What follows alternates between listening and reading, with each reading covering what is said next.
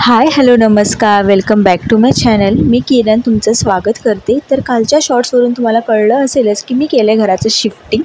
आणि काल इथे पहिलाच दिवस होता आणि आजचा हा पहिला व्लॉग आहे. आणि काल थोडीफार सामानांची अनपॅकिंग केली, थोडंफार सेट केलं. आणि काल दिवसभर पाणी नव्हतं, तर आज सकाळी उठल्या मी आधी तेच चेक केलं की पाणी आलं की नाही. आणि काल राशीलाही स्कूलला पाठवलं नव्हतं, सो आज तिला आधी रेडी केलं, तिचं टिफिन वगैरे पॅक करून दिला आणि तिला स्कूलला पाठवलं.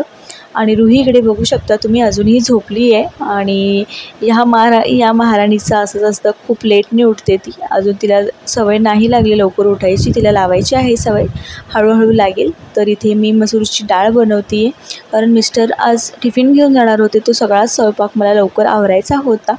सो पटापट मी इथे मसूरची डाळ बनवते आहे. आणि भाकरीसाठीही मी पाणी वगैरे पिठामध्ये घालून घेतलेलं आहे. आणि आज मी बनवणार आहे मुडलीची भाजी. तर याला आम्ही मुडली असे म्हणतो, तुम्ही काय म्हणता हे मला कमेंटमध्ये नक्की सांगा.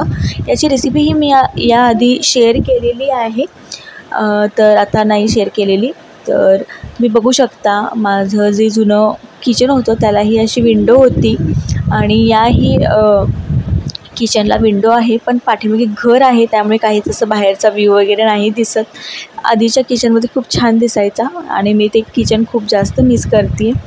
आणि किचनही अजूनही माझं खूप जास्त सेट करायचं आहे. तुम्ही बघू शकता तशाच वस्तू मी ठेवलेल्या आहेत. भांडी वगैरे मांडून झालेले आहेत, पण डेकोरेटिव्ह स्टफ वगैरे सगळे तसेच आहेत अजून.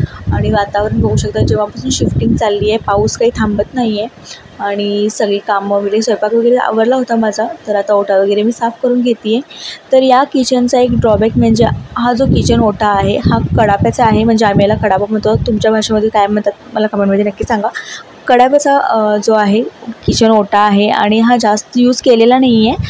आणि याआधी इथे एक भाडेकरू होते, फक्त एक मुलगी राहायची, पण ती स्वयंपाक वगैरे नाही बनवायची. सो तो ओटा कोरा आहे, अजून वापरलेला नाही आहे. मी फर्स्ट टाईम मीच वापरते आहे.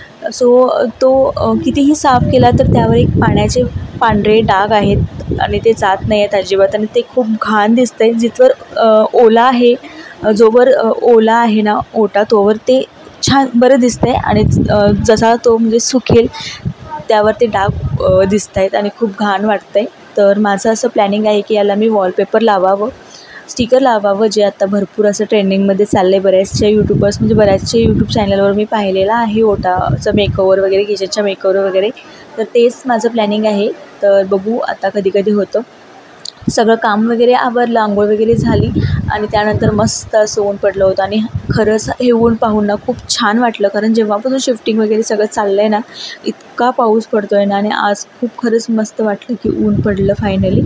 आणि आज इतकं कडक पडलं होतं की माझे कपडे देखील पटकन असे सुकून गेले, त्याचा जास्त आनंद होता मला. आणि इकडे रुहीला राशीला पाहिजे होतं दूध.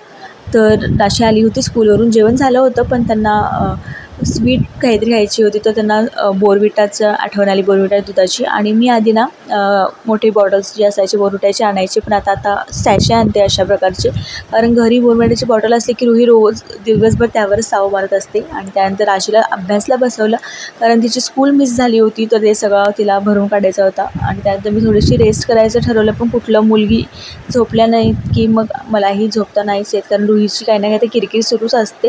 तर इकडे बघू शकता तुम्ही. काय पाहिजे? नाही घ्यायचं लहान मुलांनी मोबाईल. किती पण रड, मी मोबाईल देणारच नाही.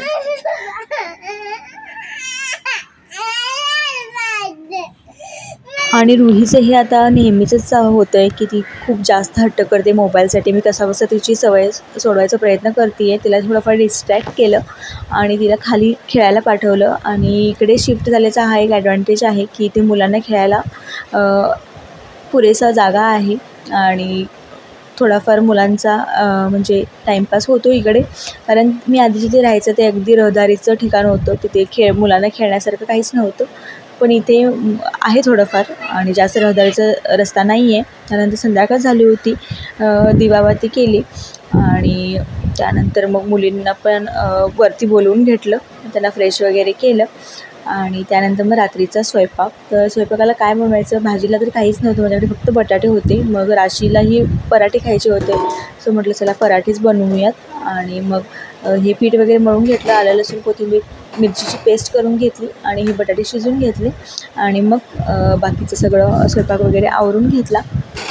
तर किचनला अजून मला स्ट्रिंग लाईट वगैरे लावायचे आहेत, जसे मी जुन्या माझ्या किचनमध्ये लावले होते. त्यामुळे जास्त प्रकाश वगैरे पडेल आणि खूप जास्त अजून सेट करायचं आहे, किचन डेकोरेट करायचं आहे, अट्रॅक्टिव्ह बनवायचं आहे. आणि त्यासाठी तुम्हाला माझ्या चॅनलला सबस्क्राईब करावं लागेल आणि नोटिफिकेशन बेल देखील प्रेस करावं लागेल, तर तुम्हाला माझे पुढचे ब्लॉग्स वगैरे पाहिजे असतील तर. आणि लवकरच मी जसं जसं जमेल त्याप्रमाणे मी घराला सजवण्याचा, किचन वगैरे सगळा सेट करण्याचा प्रयत्न करणार आहे. आणि आता गणपतीही येतो आहे, गणेश चतुर्थीही येते, त्यासाठी मध्येच आता गावीही जावं लागणार आहे. तर बघू कसं कसं जमतं त्याप्रमाणे होईल. आणि इथे बघू शकता राशीची कशी मध्ये मध्ये करते आहे, कारण तिला लागली होती भूक. आणि पराठे मोस्टली सगळ्यांकडे नाश्त्याला बनतात, पण आमच्याकडे पराठे हा पदार्थ कधीही बनतो. पराठे म्हणा किंवा पावभाजी कधीही बनतो, म्हणजे नाश्त्याला असो, डिनरला असो, लंचला असो, कारण ते इतके जास्त फेवरेट आहेत मुलांची की त्याची कधीही त्यांना तलप येऊ शकते आणि त्यांच्यासोबत आम्हालाही. सो म्हणजे आठवण आली की आम्ही बनवतो, मग ती रात्र असो, दुपार असो, कधीही असो, तर असतंच ते आमच्याकडे. सो अशा प्रकारे. तर